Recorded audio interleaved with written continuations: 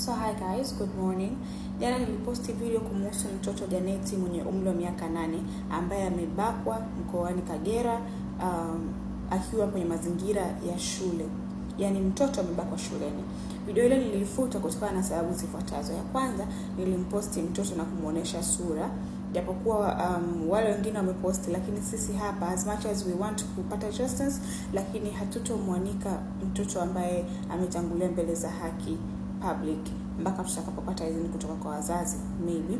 Cha pili, majina ya shule yamefanana, kwa hiyo nikachanganya kudhani kwamba yote yanamilikiwa na mmiliki mmoja, na imekuja kuclick baada ya kuona school bus limeandikwa tumsiime na sio tusime. As much as we want justice, lakini pia na sisi hatuwezi kukiuka haki za watu wengine na za taasisi nyingine. Kwa hiyo ndio maana nikaifuta ile video, na kama tunavyojua ukisha post video TikTok hauwezi kuedit nusu, inakulazimu ufute ili uposti nyingine. Kwa hiyo movement ya kupata justice ya Janet bado inaendelea. Guys, keep on commenting kwenye page ya Mama Gwajima, kwa sababu pia kule Instagram nimeifuta video. Kwa hiyo just keep on comment kwenye page ya Mama Gwajima. I will make a poster. Nitatengeneza hapa sasa hizi, nitatengeneza poster like right now. Nitaiposti pia, tutaendelea kucomment. Just kila video ambayo utakayoona kwenye FYP yako comment justice for Janet, kama ambavyo watu walipokuwa wanafanya. Alafu nyie watu ambao mlikuwa mpo kipaumbele kuongelea kesi ya huyo mtu wa South Africa, what happened to our own Janet? Mbona saizi hatuwaoni? Like what happened? Mbona hatuwaoni? Kwa sababu mwanzo nyinyi ndio mlikuwa kipaumbele mnazungumza kuhusu Twetwe, lakini right now it's about our own seat and you guys were just hide from the back. Shame, such a shame. So yeah guys, again, kwa ambaye hakuiona ile story na kwa ambaye hajui nini kinaendelea, na watu yani kama unaona watu wana comment justice for Janet, na wewe pia nenda nalo unga. Na hapa ndo nawaambia kwa nini tuna comment justice for Janet. Kama wewe ulikuwa ufahamu, tuna comment justice for Janet kwa sababu Janet amebakwa na kuingiliwa kinyume cha maumbile akiwa mazingira ya shule. Lakini pia kesi imeenda mbele zaidi, madaktari wanabadilisha results. Mwanzo walisema mtoto amefariki kutokana na kubakwa na mikandamizo ambayo imepita ndani ya sehemu zake za siri mpaka tumboni, kumesababisha kuvuja damu. Sasa hizi wanasema kwamba mtoto anafariki kutokana na bakteria. And then bado walimu wanamzingizia huyu mtoto wa miaka 8 kwamba alikuwa anajihusisha na michezo michafu. Mtoto wa miaka 8, make it make sense. Mtoto wa miaka 8 mnasema alikuwa anajihusisha na michezo michafu, na aliyakuwa hamkupiga simu kwa wazazi. Wazazi hawajui kama mtoto anafanya hivyo vitu. Like come on now, Chelsea, come on now. We all know what you guys were doing. Like we know, and you know, nyie pia mnajua what you are doing. Kuanzia mmiliki wa hiyo shule, madaktari hapo hospitalini, everybody, like tunajua what you guys were doing. And you need to stop that, kwa sababu yani wanasema njia ya Mungu ni fupi.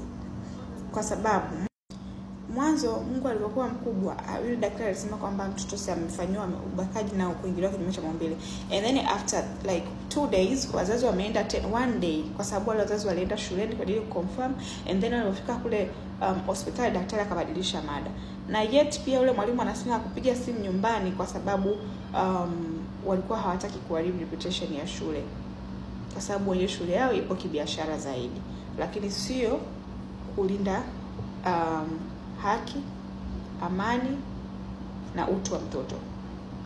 Sasa kama mtoto mmoja ambaye alikuwa kwenye hiyo shule kafanywa hivyo, au alobaki inakuaje? Nyie wazazi ambao mmewapeleka watoto wenu kwenye hiyo shule ya Tumsiime ambayo ipo Kagera, how do you even sleep?